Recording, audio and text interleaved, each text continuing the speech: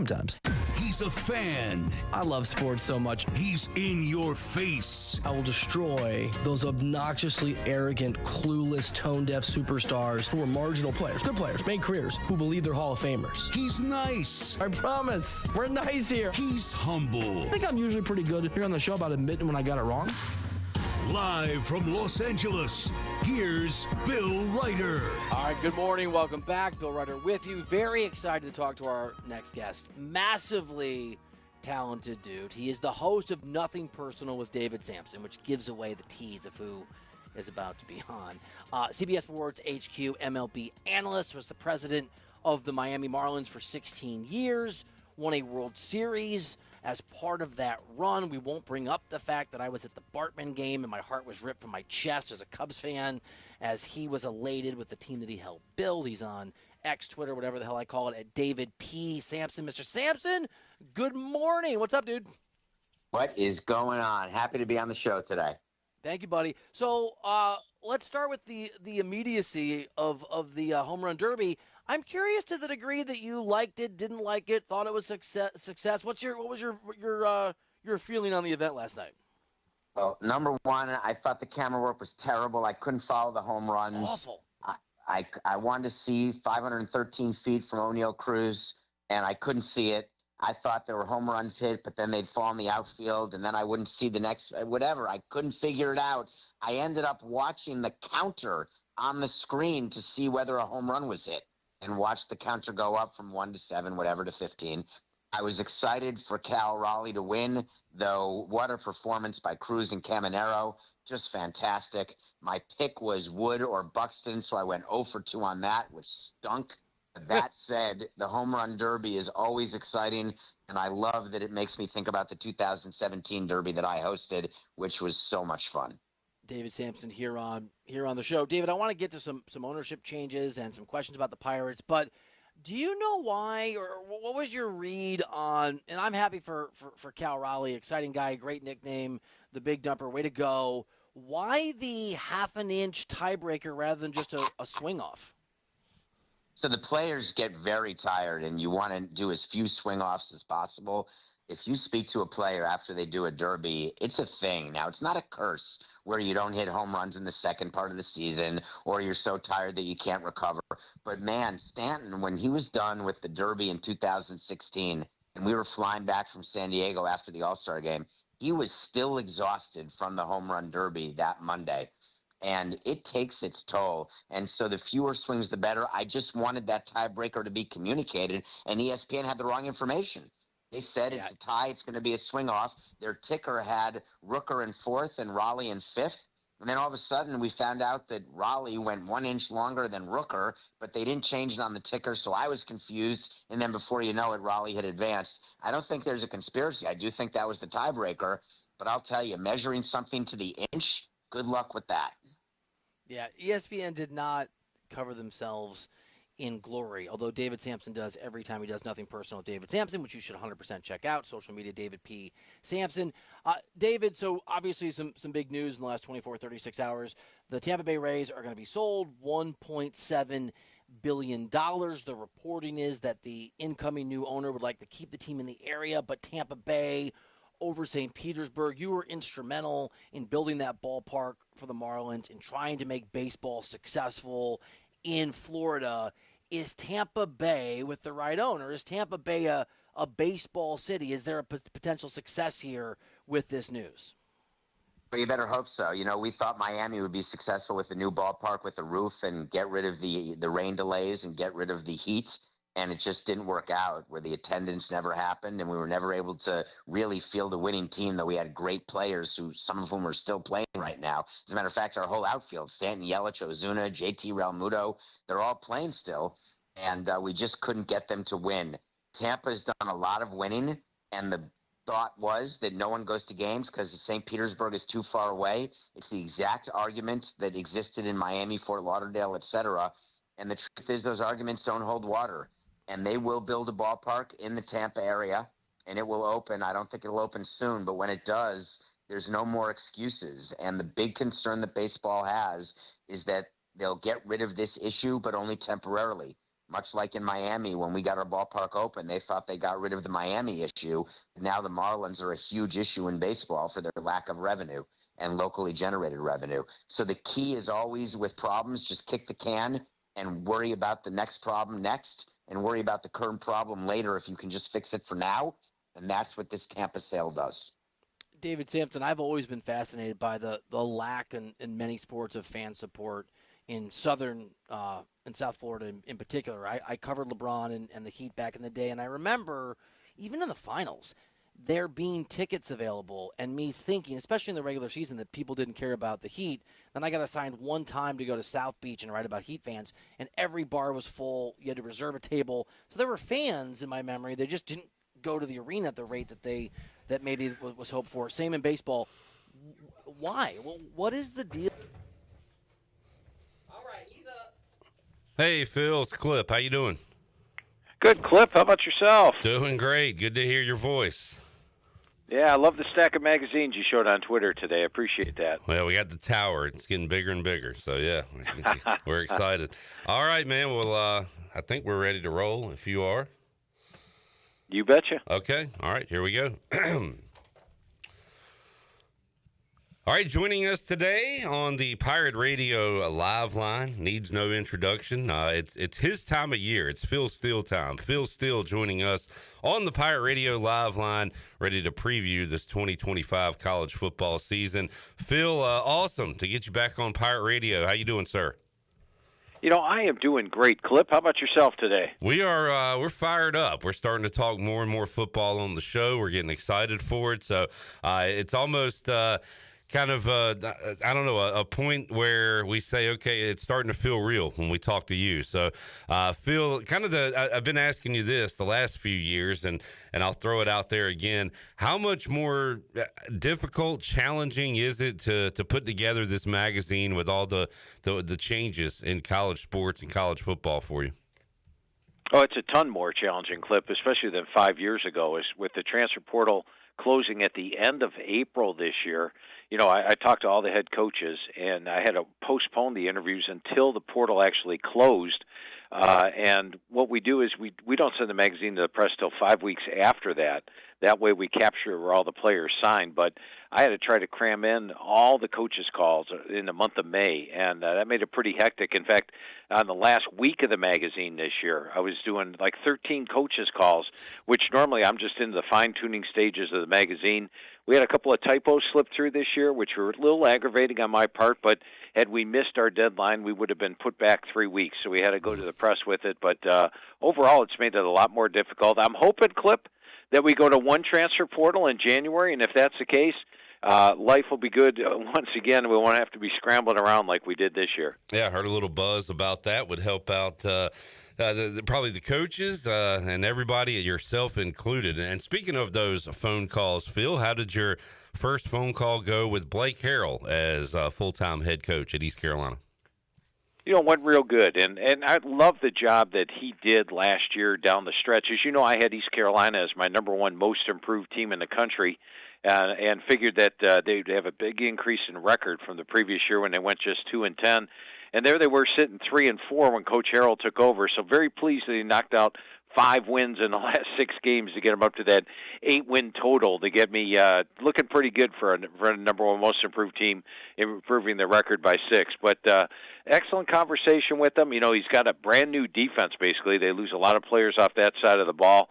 But they've got a lot of seniors that could be starting this year, so it'll be fun to see how East Carolina plays in 2025. Well, the common thought, Phil, and I don't know, what we've been saying quite a bit is the offense looks like it's in a pretty good spot with a returning quarterback, of course, returning John David Baker, who turned it on. He and Caden Hauser the second half of last year when Hauser got put in instead of Jake Garcia at quarterback. And on the flip side of that, questions about the defense. We're losing a lot of that D-line and a lot of key guys from last year. So as you broke it down, Phil, is that how you saw it, or do you maybe have higher hopes for the defense than some of us do? Well, the plus for the defense is it's not like you're talking about a lot of inexperienced players. There could be 8 or 9 seniors actually starting on the defensive side of the ball, but there's no doubt this defense loses a lot from last year. It was an experienced unit. on the defensive line last year, and this year they lose basically they lose the majority of the defensive line. Linebackers lose the top 3. Defensive backs, they lose all 4 starters, 8 defensive backs overall. So it is a much different defense than it has been the last couple of years. And even though there's a lot of seniors, it is a less experienced defense than they've had the last couple of years. So defense would be my concern, but you hit it right on the head, Clip. You look at Caden Hauser coming back, the way that they went down the stretch. You know, they cleaned up the interception thing, went to an 18-11 ratio as opposed to the 8-12 they had before. Veteran offensive line with 3 starters coming back. I like what they have at running back, even losing Harris like they do. I like what they got in Gunn, Montgomery, and Jenkins. So I think the offense will be potent, and I think East Carolina games will be a little higher scoring this year. Yeah, expecting some shootouts. Phil Steele joining us today on the Pirate Radio live line. And you have East Carolina 8th in the American, which, you know, on the surface is a tad concerning, I guess. But, you know, how close are they to number 4 USF? And on that note, Phil, how close is the American as a whole? You have Memphis at number 1, but is that a clear number 1, or could it be a number of teams to maybe take the American this year? Yeah, I think there's numerous teams in the mix. I don't think Memphis will be the preseason favorite to win it. I believe Tulane is going to be the preseason favorite to win it by the media this year. UTSA is clearly a threat to win the conference. I think USF, you know, Alex Golish had some high hopes coming into last year, didn't really materialize, but they are loaded this year with 16 returning starters. I think they're a legitimate contender. And how do you discount Navy? Navy's a team that brings back its quarterback in Blake Horvath. And Navy, generally not an experienced team. They play a lot of seniors, but this year they've got 13 returning starters coming back. Navy has to be in the mix.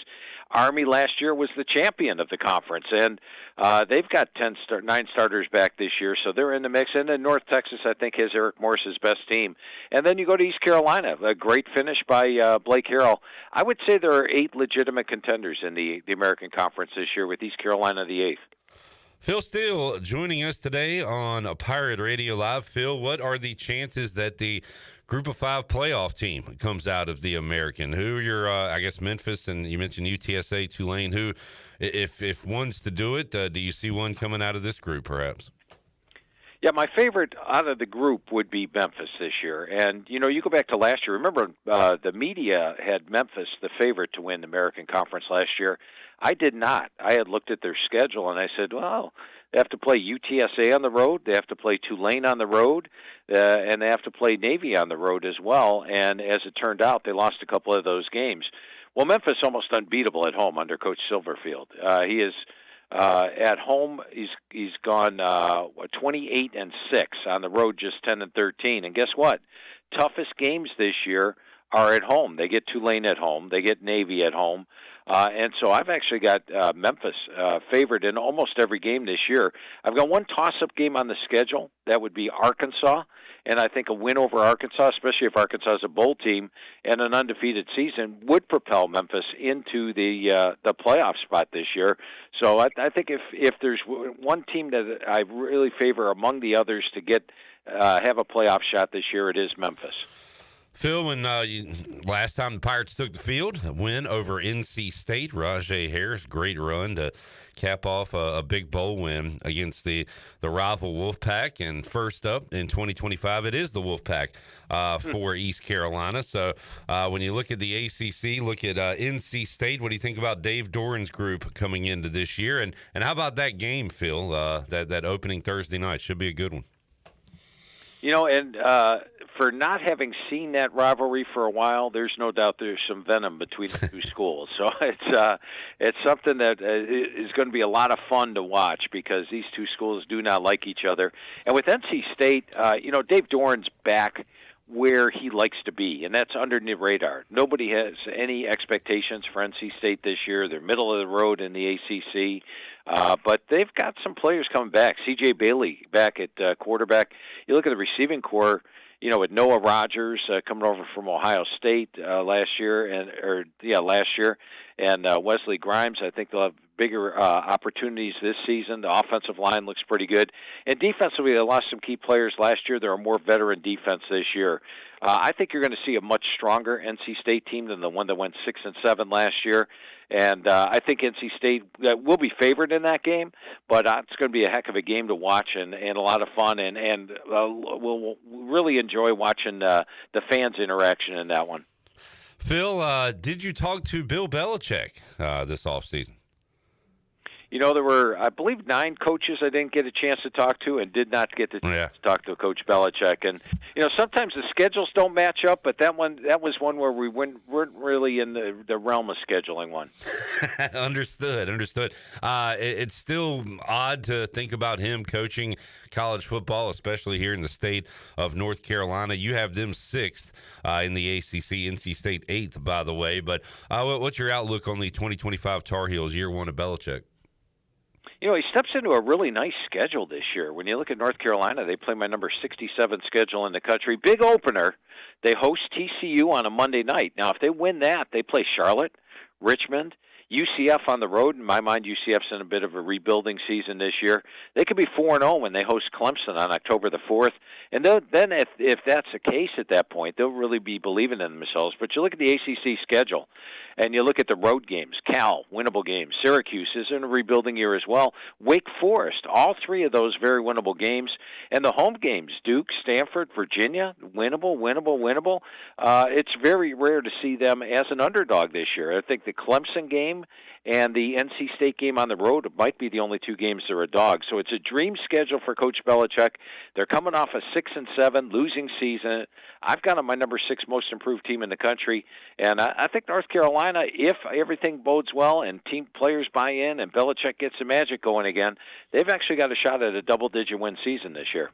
Phil, on the phone call note, is there a guy that over the years you've looked forward to talking to every offseason, maybe due to oversharing or just an entertaining phone call? Anybody come to mind for you on that? There's about 125 of them, right? Each and every phone call. Well said. Coaches, so I don't want to play favorites there, and I do. It's I tell you what, Clip, that my favorite part of the job is actually talking to the head coach. Yeah. It's where I get the most enjoyment to going over the teams with them. Very cool. Phil Steele joining us. All right, Phil, how about nationally? Let's look at the teams you think will be there at the end. Who are the front runners to win the championship in your eyes this year? Well, let's start with the SEC. I think the SEC is going to be naturally. You've got the SEC and the Big Ten are the 2 power conferences out there. And in the SEC, I think the most talented team might just be Texas this year, led by Arch Manning and a loaded defense. But they do have to play Ohio State and Georgia on the road. So I actually went with Georgia to win the SEC this year. Now, Georgia might not have the talent or the star power they had back when they won their national titles in 2021 and 22, but they're close. And I like Gunnar Stockton at the quarterback position. The defense, while no stars, is loaded and will be stronger than last year. And when you look at the schedule, last year Georgia had to play Alabama, Ole Miss, and Texas all on the road, and they lost 2 of those games. Their toughest 3 opponents are all at home this year, Alabama, Mississippi, and Texas. I've got Georgia favored in all 12 games, so I've got Georgia winning the SEC over Texas, and that should be a big SEC title game. When you look at the ACC this year, I went with Clemson, and Clemson is loaded. And the one thing I like, Clip, is that these teams that are homegrown, or in other words, the freshmen turned into sophomores, they've all stayed there. They're not hitting the portal heavy. They're using the portal. In fact, this year Clemson brought in Will Helt from Purdue, Jeremiah Alexander from Alabama on the defensive side, and offensively Tristan Smith. But most of these players are homegrown. Cade Klubnik at QB, a loaded receiving core, an offensive line I rate number 2 in the country, receiving core number 2 in the country, and that defense, which took a step back last year and actually allowed 374 yards per game. Tom Allen steps in. He's got 9 returning starters. They're going to have one of the better defenses in the country. I've got Clemson favored in every game this year, and it wouldn't surprise me if Clemson finds itself in the national title game. Big 12, well, we saw last year that's pretty much a crapshoot. Yeah.